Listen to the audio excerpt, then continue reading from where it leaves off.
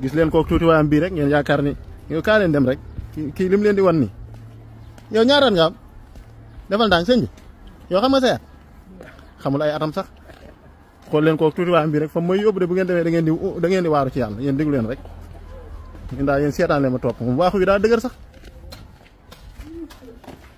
la hawla wala quwwata illa billah subhanallah nde kaamilu alxuraan lay bind leen ci xamul fii moom daa mën a bind sax allahu akbar xool ko moom faalewu ma sax subhanallah taw li muy bind xoolu ko de xanaa du ko xool allahu akbar seet Sénégal allahu akbar waaxu mu tàng bi yow kay ci farata ji rek nga mënoon a jëm sa waaxu tàng bi ma lay woo nga bañ maa faale nag ak fulla ji xool ko ndi fi mu toll maam faalul kenn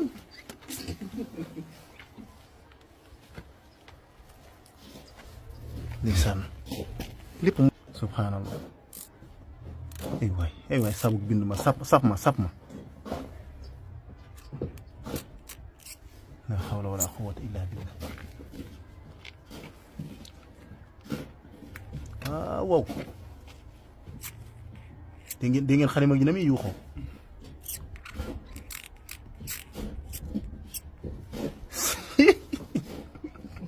Allah akbar loolu mooy ak sa xeer gi ne nam ko def taw li muy bind dara du ko ci xool fi mu doon fullaam ju mat sëkk la ci ànd bind muy dem yaa fillahi rahim yaa ilaha illa yal na yàlla sàmm barke alquran xalima ji moo ko sosal xool ko na muy def joxañ ba ay waay subhanallah yal na yàlla barkeel